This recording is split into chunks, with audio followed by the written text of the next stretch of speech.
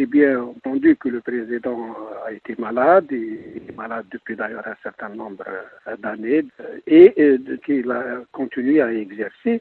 Et ce qui est attendu du chef de l'État, c'est non pas des performances d'un athlète de haut niveau, mais la direction d'un pays, les arbitrages nécessaires pour assurer le bon fonctionnement des institutions. Et cela a été fait et se fera certainement pour poursuivre son programme et en préparant les importantes échéances politiques qui attendent le pays au cours de l'année 2014 et également la poursuite de son programme économique. Nous savons qu'il y a le plan quinquennal 2010-2014 dont un certain nombre de grands chantiers qui conditionnent l'avenir du pays sont engagés et qui doivent se poursuivre avec les corrections nécessaires.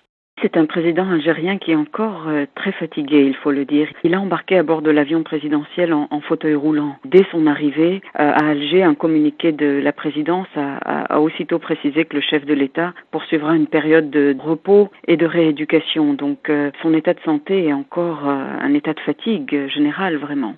Et le président était absent de son pays depuis le 27 avril dernier, donc une longue période.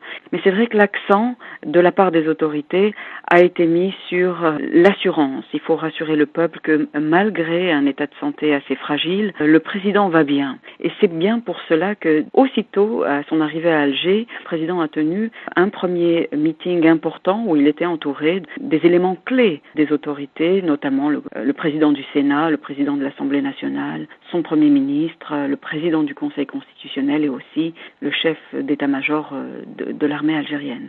On se souvient en 2005, par exemple, où il avait déjà passé un certain moment dans le même hôpital du Val-de-Grâce à Paris et on lui attribuait, enfin la présidence disait qu'il avait un problème d'ulcère de l'estomac. Bon, il se trouve que des documents officiels américains ont établi qu'il avait en réalité un cancer.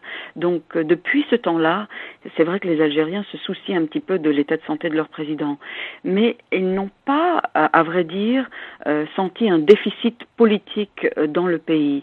C'est vrai que le système politique en Algérie fait que c'est un système assez bipolaire en fait, où il y a deux têtes de la nation, le président lui-même et l'armée qui est un soutien important. Donc il n'y a pas eu réellement de vide politique suite aux nombreuses hospitalisations du président, surtout depuis 2005.